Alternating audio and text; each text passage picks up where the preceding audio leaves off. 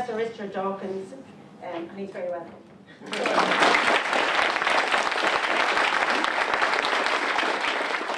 Last year at the TAM conference, Phil Plait got a lot of applause for a talk about how to communicate atheism, and he began by taking a vote of people who used to be religious and were now atheists, and he got a great show of hands.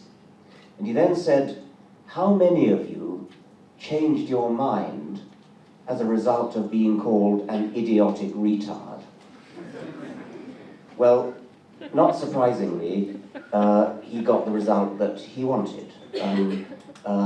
Obviously, if somebody is a really deep-seated religious person, then if you call them an idiotic retard, you're unlikely to change their mind. However, my view, as I suppose somebody who never calls anybody, I hope, an idiotic retard, but does call their views idiotic, there's a big difference, as various people today have mentioned. I like to quote the English journalist Johann Hari, who said, I respect you too much to respect your idiotic beliefs. Now, my audience, the audience that I'm aiming at, are on the whole not dyed-in-the-wool faith heads, are not the sort of people who are never going to change their mind, and certainly not if you call them idiotic retards. My audience are people who are sitting on the fence. And I think there are enormous numbers of such people, very often because they haven't really ever met the counter-arguments. I warmed to the description of the Texas people for whom the very idea of disbelieving in God would be rather equivalent to disbelieving in the president or something like that. If you're dealing with people who've never even met the idea that it's possible to disbelieve in God, then those are people who might very well, I think, be influenced in a way that people who are deeply religious for reasons of scriptural conviction or something would be unlikely to change their minds. And so I don't mind calling, I wouldn't think I'd actually use the phrase idiotic retard, but something equivalent. I think that ridicule, as various people have said today, ridicule is a fine weapon. I'm not sure where it fits on the Malcolm X, Martin Luther King scale. I certainly don't want to advocate violence in any way, but ridicule seems to me a more subtle weapon. And ridicule, although it won't influence the people who are necessarily being ridiculed, or their views are being ridiculed, it may very well influence people who are sitting on the fence or who didn't really realize that there was a fence to sit on, and tell them that there is a fence to sit on. And I wanted to read a passage from the great Nobel Prize-winning biologist Peter Medawar, who's always been a great, I suppose, role model of mine. When I was a young man, an undergraduate, I read Father Teilhard de Chardin's book, The Phenomenon of Man, and I'm sorry to confess that I was very impressed by it, and it became briefly a convert to Teilhard de Chardin's kind of bullshit. And what won me round, what converted me, was reading Peter Medawar's review of The Phenomenon of Man, which I think is one of the greatest negative book reviews ever written. And the point I want to make is that I did not recoil from having this book that I had previously revered ridiculed. Quite the contrary. I saw it was the ridicule that changed my mind. And I want to read a bit to illustrate that you don't have to use violent. Has it gone off? No. You don't have to use violent language. You can use wit. You can use sarcasm, and you can use ridicule. The phenomenon of man cannot be read without a feeling of suffocation, a gasping and flailing around for sense. There is an argument in it, to be sure, a feeble argument, abominably expressed. And this I shall expound in due course. But consider first the style, because it is the style that creates the illusion of content, and which is a cause as well as merely a symptom of Teilhard's alarming apocalyptic seizures. The phenomenon of man stands square in the tradition of Naturphilosophie, a philosophical indoor pastime of German origin, which does not seem, even by accident, though there is a great deal of it, to have contributed anything of permanent value to the storehouse of human thought. French is not a language that lends itself naturally to the opaque and ponderous idiom of nature philosophy, and Teilhard has accordingly resorted to the use of that tipsy, euphoristic prose poetry, which is one of the more tiresome manifestations of the French spirit. And then there's a gap, and then he comes to the end. How have people come to be taken in by the phenomenon of man? And remember, I was one of them. I was taken in. How have they come to be taken in by the phenomenon of man? We must not underestimate the size of the market for works of this kind, for philosophy fiction. Just as compulsory primary education created a market catered for by cheap dailies and weeklies, so the spread of secondary and latterly of tertiary education has created a large population of people, often with well-developed literary and scholarly tastes, who have been educated far beyond their capacity to undertake analytical thought.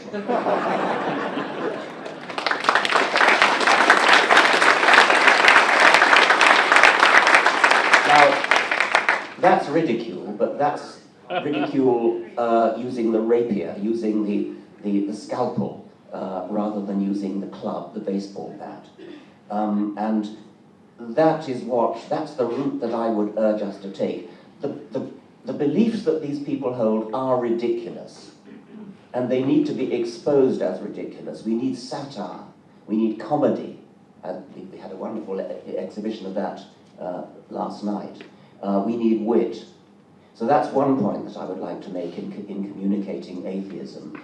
Don't let's accommodate, but also don't let's be violent, at least not even in words, let alone deeds, against individuals. But let's use violent language, not violent language, let's use very negative language, including ridicule, against their ridiculous beliefs. The other point I wanted to make about communicating atheism is the importance of what I've called consciousness raising. And this is something where we have something to learn from the feminist movement, which succeeded brilliantly in changing the language that we all use. So when I was young, it was perfectly commonplace to use a phrase like one man, one vote. You can't do that anymore. Anybody who deliberately uses sexist language, anybody who uses sexist language is probably doing it deliberately in order to provoke. Everybody, whether they use it or not, has had their has had their consciousness raised, and our language has changed as a consequence. And that's one of the things that I want us to do in the atheist movement. I want us to change our language in a consciousness-raising way.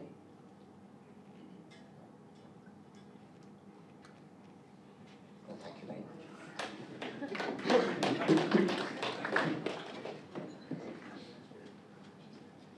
I want us to change our language in a consciousness-raised way. And particularly, I've made this point many times before, I make no apology for doing it again, with respect to the labeling of children. Because it's children who are really the key to the whole religious ambition. No wonder they're so keen, so almost fanatically keen, to keep their claws, their hooks on education. We heard a lot about that this morning. It's obviously a terrible situation in Ireland, needs to be remedied as rapidly as possible. The religious lobby, the religious organizations desperately want to keep their hands on education. They really want to be able to indoctrinate successive generations of children. And one of the main things in their favor is the assumption that we all make, almost all of us make, that children are properly labeled with the religion of their parents. And even this morning, I forget which one of the panelists it was on the education panel, referred to, not quite directly, but indirectly, Catholic children. There is no such thing as a Catholic child. And we should never, ever use a phrase like Catholic child. We should never play into their hands by acknowledging this presumption that a child is to be labelled as automatically inheriting the religion of their parents. And this came up indirectly in the education discussion when those people advocating a change in the Irish system were talking about the rights of parents to withdraw their children from religion classes.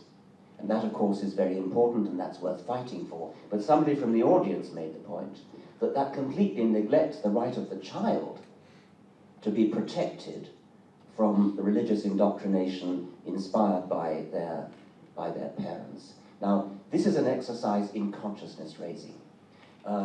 One of the ways that I have chosen to do it is to imagine how we would feel if we heard somebody talking about a postmodernist child, a secular humanist child, a Gramscian Marxist child. It's funny when you think about those things, but nobody flinches for one moment when they hear the phrase Catholic child, Muslim child. But it's exactly the same. There is absolutely no reason why you should call a child a Muslim child any more than you would call a child a secular humanist child or a socialist child. Nobody would ever talk about a socialist child, a Marxist child, a postmodernist child. You wouldn't dream of it. I suspect that the very use of that parallel has now raised the consciousness of everybody in this room. They will never again let pass the phrase Catholic child, or Anglican child, or Muslim child, or Hindu child.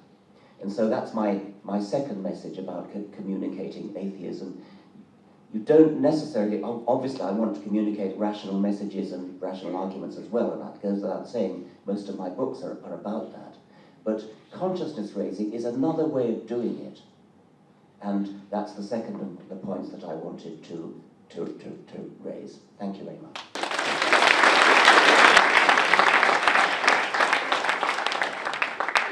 Okay, we're taking questions. I don't think I'm lying when I say that the people, our side, in the YouTube's war, are actually on mopping up operations now. Reason has won that battle. But what my idea was, and maybe this is a mini pitch to Professor Dawkins, re the foundation, is that we can take these YouTube videos, which have been so useful to us, speaking English, and I know that they're translated into French and German and other languages, but could we start subtitling them, or maybe voice-overing in Persian, in Farsi, and sending them out on the YouTube again, so that they can get a whole new audience and communicate our ideas. People who are ready to receive them, I'm quite sure.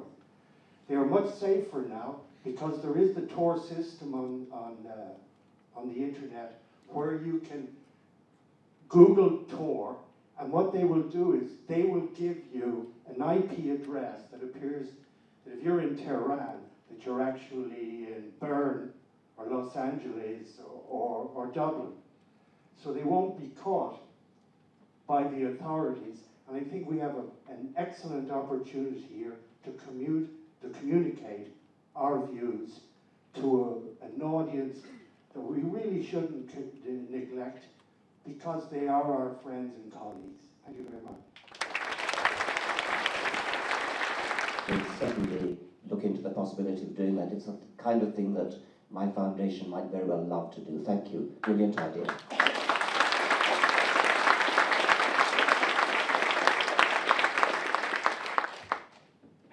Is it appropriate to be a skeptic about everything, including religion, or can we leave that bit out? Because for pragmatic reasons, discussing homeopathy and all these other things, you don't want to offend people by bringing up religion. I think the thrust of the question was that in the Skeptics movement, the Skeptical Inquirer and so on, there's a kind of taboo among at least certain members that you mustn't attack religion. And I met this when the Skeptical Inquirer movement, what were they called, psychob, honoured me, gave me some kind of an honour. And my acceptance speech was an attack on religion, and I was roundly castigated for this, possibly because it might have affected fundraising. I don't know what the reason might have been.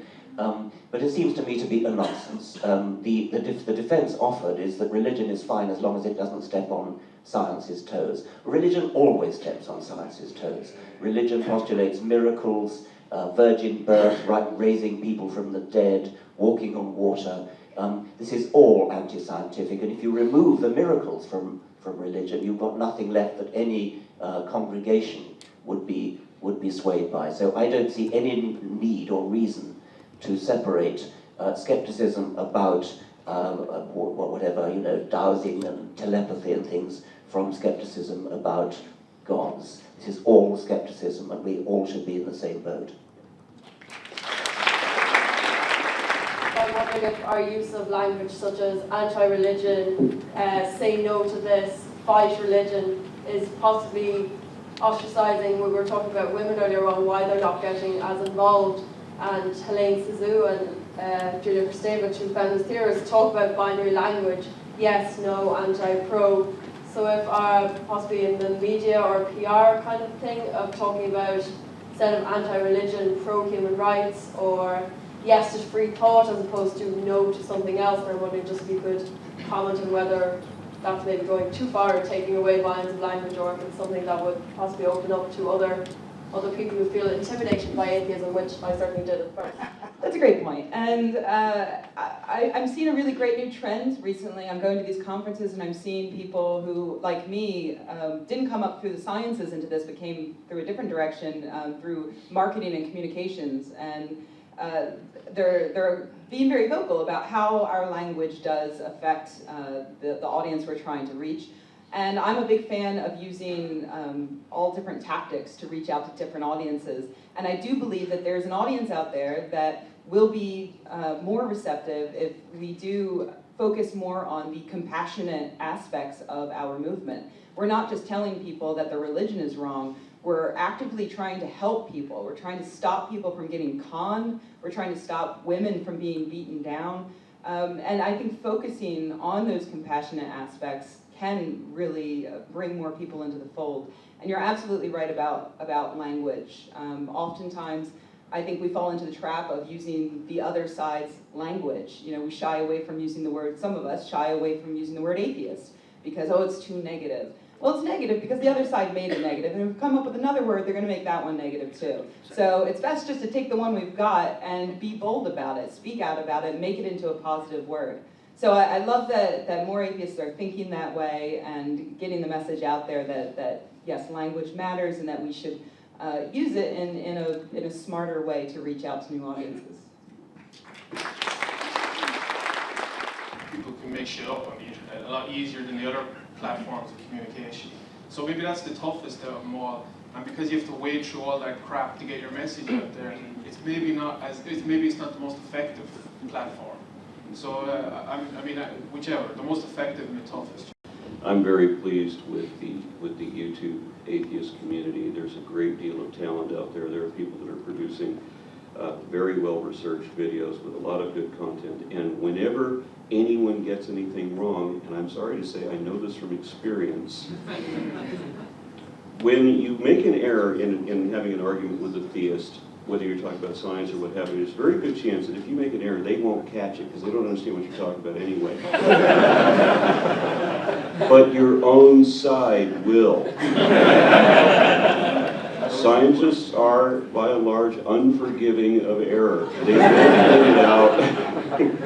And so you do have a community where people actually do care that the information that they get out there is accurate. And they try to make sure that it is accurate before they press send to upload that. I mean, there are people for whom accountability really does matter, and that they feel that they're making a contribution, and by the number of subscriptions they get, a lot of these people are making contribution.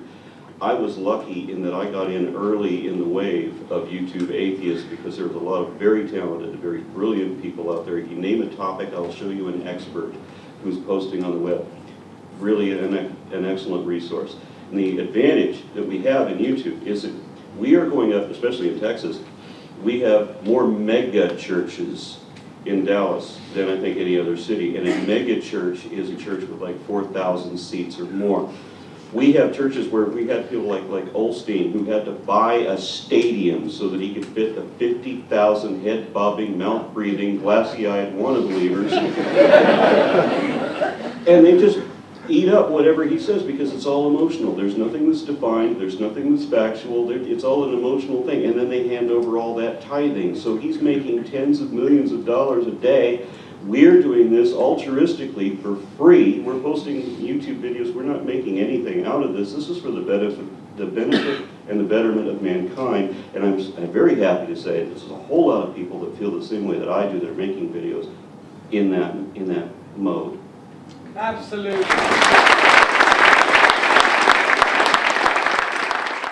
The YouTube user Thunderfoot has organized the Draw Mohammed Day for 2 years now, and I think this is quite widely accepted and considered a successful thing. But then he went a bit further with this hard drive full of copies of the Quran. I don't know if the panel is familiar with that.